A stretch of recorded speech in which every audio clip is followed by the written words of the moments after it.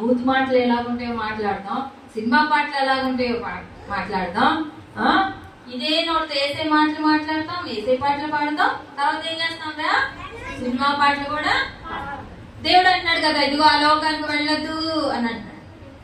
సాతానేమో రా రా రా ఈ లోకంలో బల్లే ఉండితే రా అంటే దేవుడే వద్దు వద్దు, అది పాపం, అక్కడికి వెళ్తే నరకానికి వెళ్తావు అని కానీ దూరం వచ్చారు.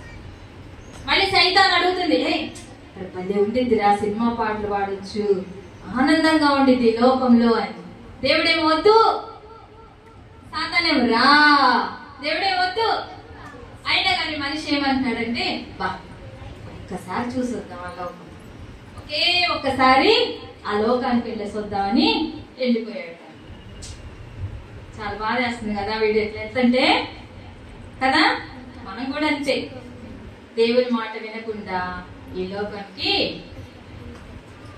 చక్కగా ఎంజాయ్ చేస్తున్నాడు. లోకంలో బాగా ఎంజాయ్ చేస్తున్నాడు, తిరుగుతున్నాడు, ఎంజాయ్ చేస్తా ఉన్నాడు.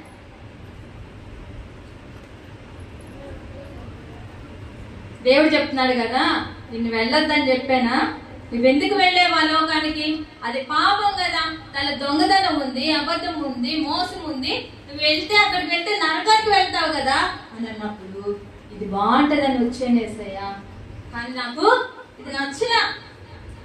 చూడు ఎలా అయిపోయాడు, ఎలా అయిపోయాడా, పాపంలోకి